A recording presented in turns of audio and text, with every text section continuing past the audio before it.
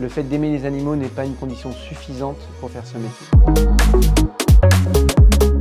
Vétérinaire, c'est un métier évidemment pour s'occuper des animaux. Donc on reçoit des gens qui ont des problématiques avec leurs animaux et on essaie de répondre à ces problématiques. C'est un peu le médecin généraliste des animaux.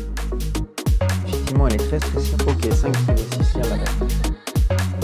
Ma mission principale, ça va être de m'occuper de préserver la bonne santé ou de soigner les patients que je reçois. Donc ça peut être des animaux en bonne santé pour qu'ils le restent, avec les vaccins, les antiparasitaires, la nutrition, etc. Et pour les animaux malades, évidemment, d'essayer de trouver une solution, de proposer des examens complémentaires afin de les soigner. On pourrait donner quasiment un comprimé entier, d'accord? Alors ma journée type, on arrive à peu près à 8h20, 8h30. Souvent, on fait les admissions des animaux qu'on va hospitaliser pour la journée, soit pour les opérer, soit pour faire des examens complémentaires.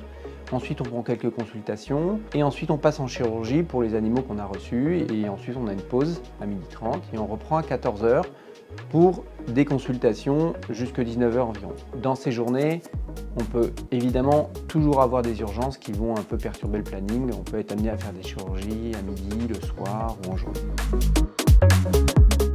Alors l'avantage, c'est qu'on apprend tous les jours. C'est un métier vraiment très riche de ce côté-là, aussi bien au niveau humain, avec le binôme patient-client qu'on reçoit, et toute la complexité qu'on peut avoir avec les diversités de tailles, d'animaux, d'espèces. Donc ça, je dirais que c'est plutôt un avantage, on ne s'ennuie jamais dans notre métier. L'inconvénient, c'est toute la charge émotionnelle de s'occuper du vivant. Alors c'est pas valable que dans notre métier, il y a plein d'autres métiers où c'est le cas, et voilà, qui peut parfois être lourd à porter pour certains praticiens. Alors je dirais que pour un salarié, en début de carrière, on est à peu près à 2000 € net et en fin de carrière plutôt à 4000. Et enfin, pour les associés, les salaires sont très variables en fonction de comment fonctionne le cabinet, des charges, des locaux, du matériel, etc. Donc ça, c'est vraiment très variable.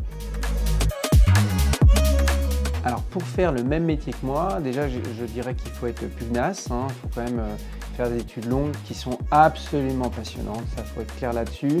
Et surtout, je le répète souvent quand j'ai des stagiaires, il faut aimer les gens parce qu'on dialogue plus avec les gens qu'avec les animaux, donc c'est très important. Voilà le petit conseil que je pourrais vous donner aujourd'hui.